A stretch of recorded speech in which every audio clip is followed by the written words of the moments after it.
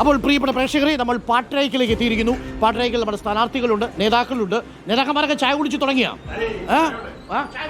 Without ചായ കൊണ്ടുപോലെ വിത്തൗട്ടാണെന്നാ? ഞാനാ? ആര് പറഞ്ഞു? ഞാൻ നല്ല ചെറുപ്പം. വിചാരം നമ്മൾ വിത്തൗട്ടല്ലോ. വിത്തല്ലേ?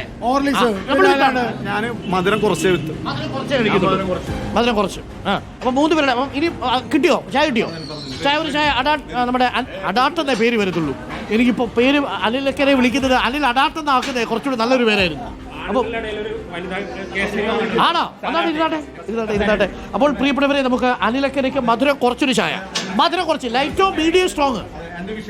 ലൈറ്റോ മീഡിയം സ്ട്രോങ് എന്തായാലും കുഴപ്പമില്ല. ഈ പി ടി ആണ് എന്റെ ഒരു ഗുരു എന്ന് പറയുന്നത്. ഞാൻ അനിലക്കര എന്ന് പറഞ്ഞാലും പി ടി തന്നെ അനിൽ അഡാട്ട് എന്ന് പറയും. ആണല്ലേ? ശരിക്കും ഞാൻ അറിയാതെ പറഞ്ഞു വന്നത് കേട്ടോ. അങ്ങനെ ചരിത്രമുണ്ട്. പി ടി അങ്ങനെ വിളിക്കും. ഓക്കെ, അനിൽ അഡാട്ടിൽ അതല്ലേ കുറച്ചുകൂടി രസമുള്ള അനിൽ അഡാട്ട് അല്ലേ? അനിൽ വേറൊരിടത്ത് പോകാൻ പാടില്ല എന്ന് തീരുമാനിച്ചിട്ട് അവിടെ തളച്ചിരിക്കുകയാണ്. പക്ഷെ അനിൽ പറയുന്നത് അറിയോ? അഡാട്ടിലാണ് അനിൽ വളർന്നു തുടങ്ങിയത്. അപ്പൊ അഡാട്ടിനെ തളർത്തുന്ന ഒന്നും അനിൽ സഹിക്കില്ല. അല്ല, അഡാട്ടിൽ എന്നെ തളയ്ക്കുന്നത് എനിക്ക് ഇഷ്ടമുള്ള കാര്യമാണ്.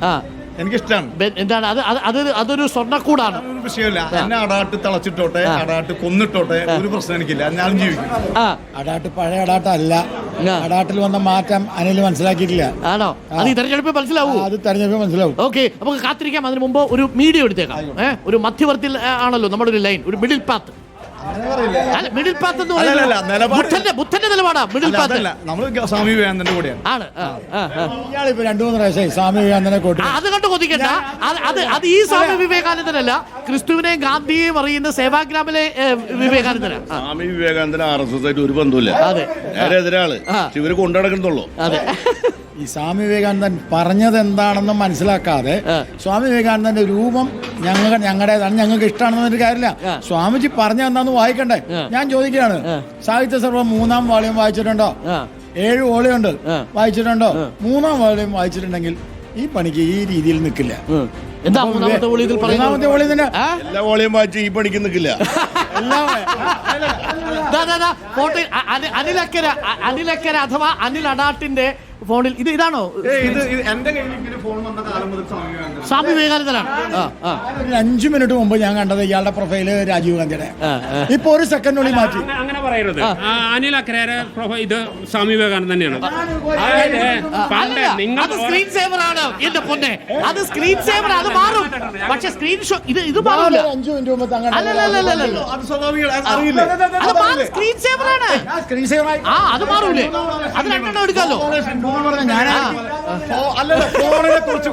വിവേകാനന്ദ സ്വാമിയെ ഇഷ്ടം എന്ന് പറഞ്ഞ പോലെ വിവേകാനന്ദ സ്വാമി പറഞ്ഞത് ചെയ്യണം, അനുസരിക്കണം. അല്ല, ഈ എന്താ പറയാ, നാട്ടില് വേറൊരു ഭാഷയുണ്ട്, അത് ഞാൻ പറയുന്നില്ല. ഒരു ചായ കൂടെ ഒരു മീഡിയം വേണ്ട, സ്ട്രോങ് ആക്കിയോ? മീഡിയം അല്ല, ഇത് സ്ട്രോങ് ആണ്. ഒരു മധുരം കുറച്ച് ഇവിടെ മധുരം കുറച്ച്. ഒരു ചായ കൂടി വേണോ? ഇവിടെ നമുക്ക് സ്ഥാനാർത്ഥികൾക്ക് എന്താ ചായ വേണ്ടത്? നാട്ടുകാർ വരികയും ഞാൻ ചായക്കട തുടങ്ങിയൊന്നും കുഴപ്പമില്ല. ചായക്കടയൊക്കെ അന്തസ്സുള്ളൊരു കാര്യമാണ് അല്ലേ? അപ്പം ഇവിടെ എന്താ ചായ? ചായക്കടയുടെ ഉടമസ്ഥൻ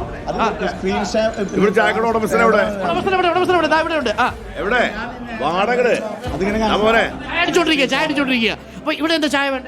ഏത് ചായയാലും ചായ കുടി. 4 ചായ, ഒരു കട്ടൻ. ഇവിടെ ഉണ്ട് സ്ഥാനാർത്ഥി. ചായ വേണ്ട. ചായ വേണ്ട. അറിയില്ലേ? KSU, youth Congress, KP secretary, ഒറ്റ വിഷയമുള്ളൂ, കല്യാണം കഴിക്കാൻ പറഞ്ഞു. അതെന്താ കാര്യം? ആളെ കിട്ടാത്തതാണോ?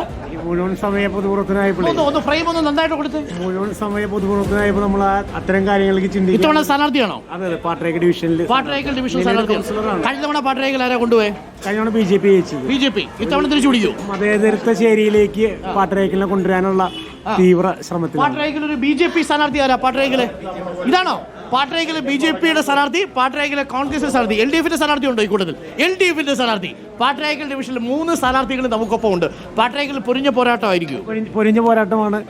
നേരത്തെ പറഞ്ഞതുപോലെ തിരിച്ചു പിടിക്കാനുള്ള ശ്രമത്തിലാണ്. ഈ ലോക്കൽ ബോഡി ഇലക്ഷനിലൊന്നും രാഷ്ട്രീയം ഇല്ലാത്തത് കൊണ്ട് നമുക്ക് കൃത്യമായ രാഷ്ട്രീയം ഉണ്ടോ, പക്ഷേ ജനങ്ങൾ രാഷ്ട്രീയം നോക്കിയിട്ടല്ല നമ്മൾ തിരഞ്ഞെടുക്കുക. അതുകൊണ്ട് തന്നെ പാട്രയിൽ ജനിച്ചു വളർന്ന എനിക്ക് ആളുകളുമായ ഒരു ബന്ധം ഈ ഇലക്ഷന് വലിയ ഗുണകരമായി മാറുമെന്നാണ്. John Daniel. ഡാനിയൽ. ഡാനിയൽ നല്ല പേരാ അല്ലേ? ബാച്ചിലർ എന്നൊക്കെ പറയുന്നത് John Daniel. Bachelor John Daniel. Bachelor John Daniel. അപ്പൊ കുടുംബത്തിന്റെ പ്രശ്നങ്ങളൊന്നും നോക്കാനില്ല. Chronic bachelor. Chronic bachelor. ആ ക്രോണിക്കിനകത്ത് എന്തോ ഒരു ക്രോണിക്. ജെയ്സൺ പറയുമ്പോൾ ശ്രദ്ധിക്കണം. ജെയ്സന് പറയുന്നതിന്റെ പിന്നിൽ ഒരു കാര്യമുണ്ട്. യഥാർത്ഥത്തിൽ ക്രോണിക് ബാച്ചിലർ നിങ്ങളുടെ കൂട്ടത്തിലുള്ള ജെയ്സൺ രാമോളപ്പിലാണ്. ടൂ ക്രോണിക് ആണ്. നമ്മൾ പറഞ്ഞു മടുത്തു. കല്യാണം കഴിച്ചിട്ടില്ലേ? അതാ ഞാനും കല്യാണം കഴിച്ചിട്ടില്ല എന്നുള്ളതാണ്. കല്യാണം കഴിക്കുന്നത് കൊണ്ട് സ്ഥാനാർത്ഥിത്വത്തിന് അയോഗ്യതയൊന്നുമില്ല കേട്ടോ. എങ്കിലും കല്യാണം കഴിച്ചിട്ടില്ല.